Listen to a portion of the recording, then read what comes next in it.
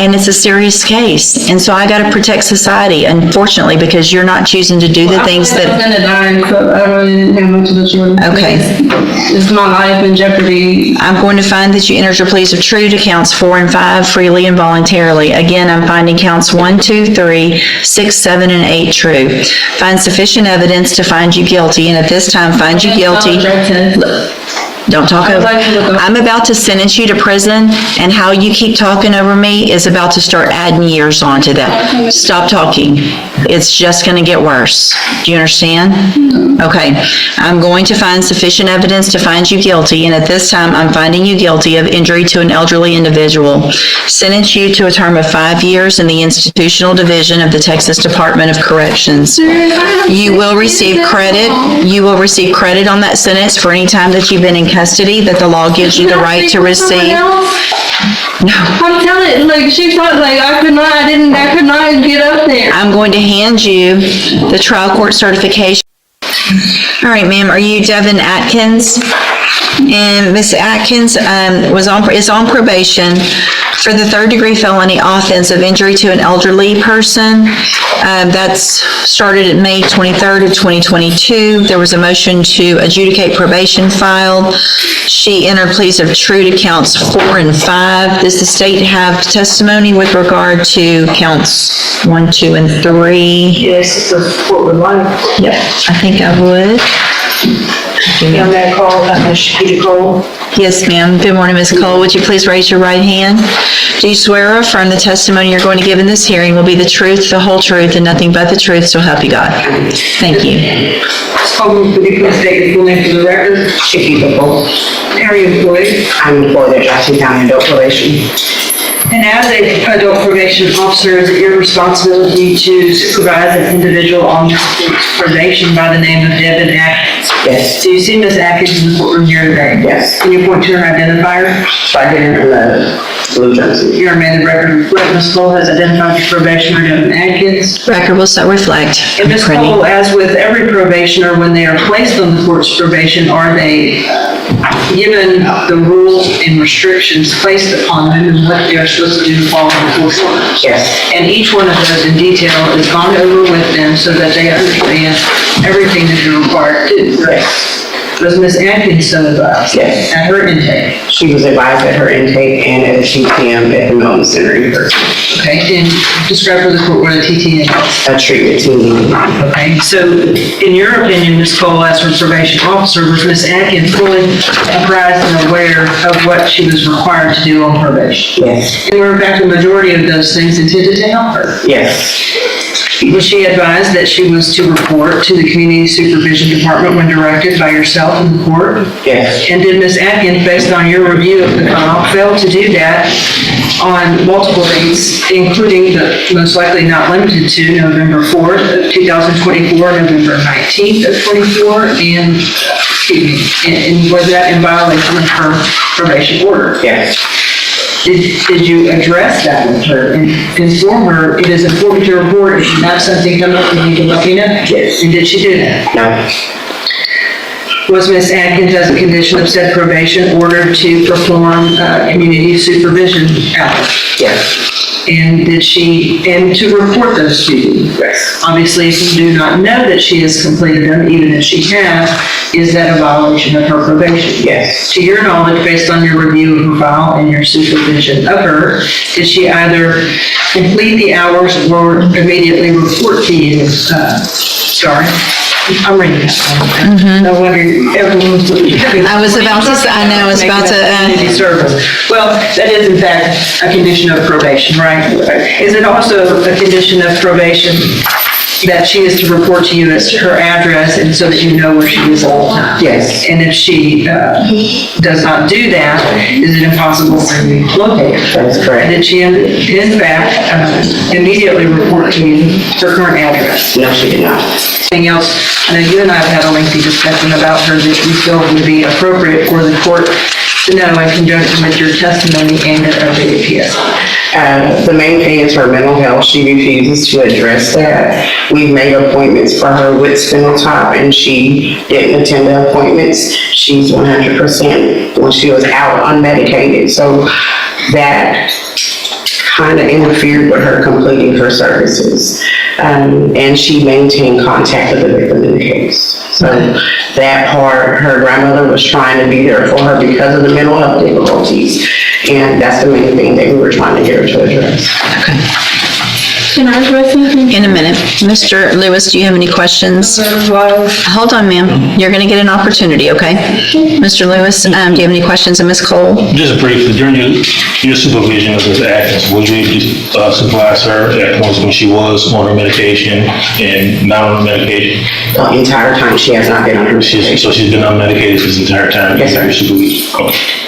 Anything else? Nothing else. All right, thank you, Ms. Cole. Any other witnesses with regard to the allegations? Based on the testimony, Unless I may ask, Ms. Cole, Judge, Yeah. and you stated that earlier, Ms. Evelyn Thibodeau, I believe that is her grandmother, correct? Yes, respectfully. hold on, ma'am.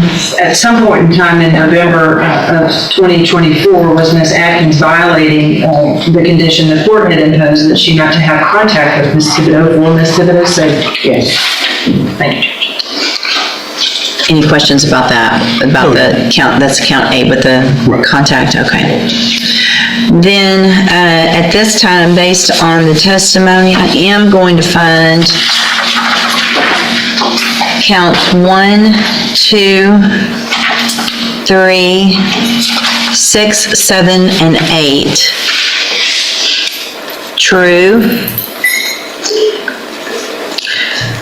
Again, there were pleas of true to counts 4 and 5 previously. I've received an updated pre-sentence report. Has everyone had an opportunity to review that report?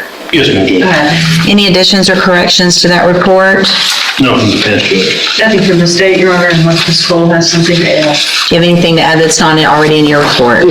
So the main thing I want to make sure, Ms. Cole, I have a notation here to ask is, you guys were aware of mental health issues and had opportunities for Ms. Atkins to participate in mental health services, is that correct? I made the appointments myself for her. Okay. All right, argument, Mr. Lewis?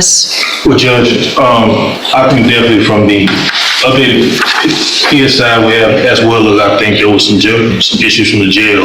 If you look at those issues and activity, I think that goes directly to her mental health state.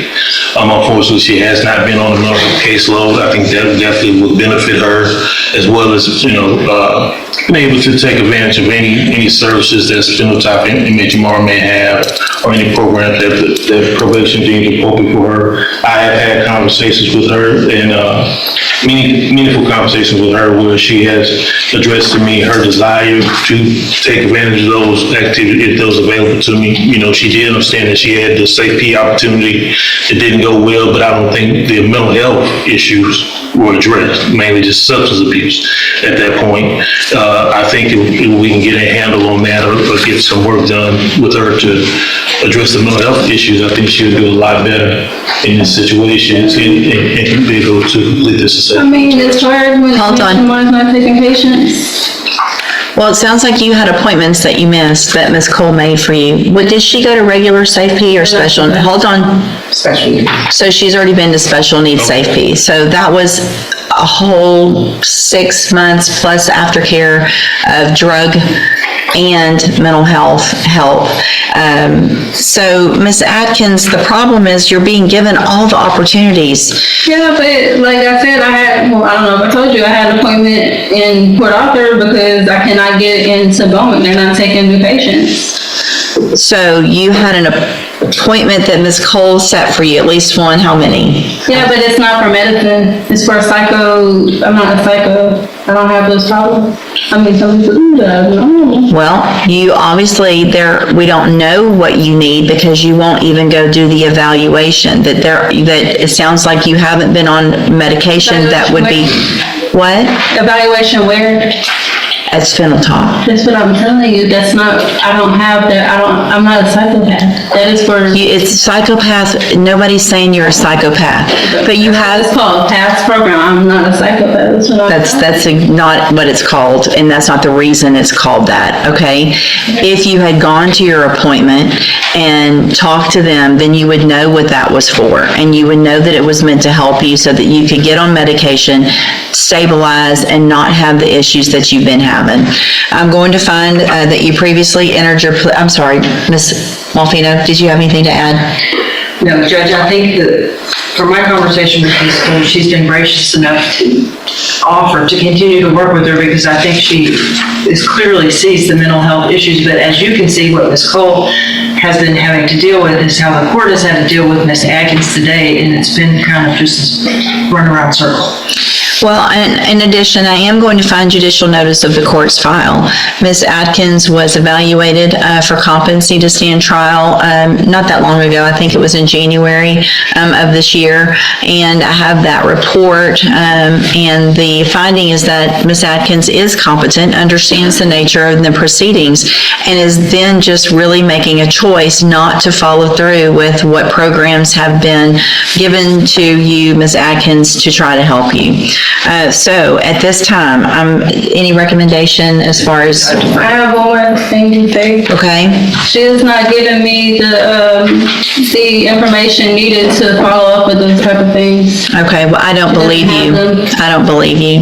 You know, Ms. Cole would never say, go do something and not tell you where to go or help you get there. no, she says she does not have a list of the community service.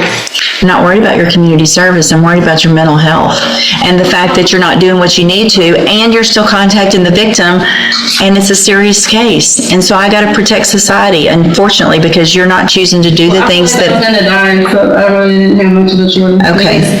It's my life in jeopardy. I'm going to find that you entered your pleas of true to counts 4 and 5 freely and voluntarily. Again, I'm finding counts 1, 2, 3, 6, 7, and 8 true. Find sufficient evidence to find you guilty, and at this time, find you guilty. Don't talk over. I'm about to sentence you to prison, and how you keep talking over me is about to start adding years onto that. Stop talking. It's just going to get worse. Do you understand? Okay. I'm going to find sufficient evidence to find you guilty, and at this time, I'm finding you guilty of injury to an elderly individual. Sentence you to a term of 5 years in the institutional division of the Texas Department of Corrections. You will receive credit. You will receive credit on that sentence for any time that you've been in custody that the law gives you the right to receive. No. I'm telling, like, she thought, like, I could not get up there. I'm going to hand you the trial court certification that shows this I would was, like to speak to a detective. this was not an agreement, and so you waived your right to appeal. I need you to sign that with I gave you her. hospital papers. I gave her everything. I'm also I have handed a you, doctor's appointment and everything. That's what I'm I've got telling you. 5 more years that I could add on to that. Yeah. I can give you up to 10. Now, You need to stop talking so I can finish what I need to do, okay? I'm telling you, I'm not guilty. That's what I'm telling you. I did not have a choice. I have At this point, the outcome is essentially decided. The judge has already found the probation violations to be true, and now she's formally imposing the sentence. Notice how the defendant continues trying to explain her side, while the judge repeatedly asks her to stop interrupting. Those final moments show just how emotionally charged probation went to the hospital and everything. I'm handing you a written admonishment regarding your ineligibility to possess a firearm or ammunition. Because of the judgment entered I against, don't have a gun. I'm not, just listen to what I'm saying. If you'll listen for a minute, you'll understand. Because of the judgment entered against you, you're ineligible under Texas law to possess a firearm or ammunition. I don't have a gun, man. Good, then you don't- I'm the wrong person. I'm Devon Atkins. I don't have a gun. I'm required to read that to I everyone. don't know what you're talking about. I don't have a gun. Good, then you don't have to worry about that. Go back with the bailiff. Thank you.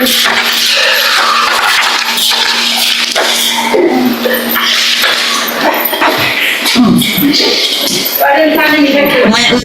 The hearing comes to a close. The court revokes probation and orders a 5-year prison sentence, concluding that repeated violations and failure to comply with court-ordered conditions warranted revocation. Whether you see this as a case of accountability, missed opportunities for treatment, or both, it's a reminder that probation comes with strict obligations.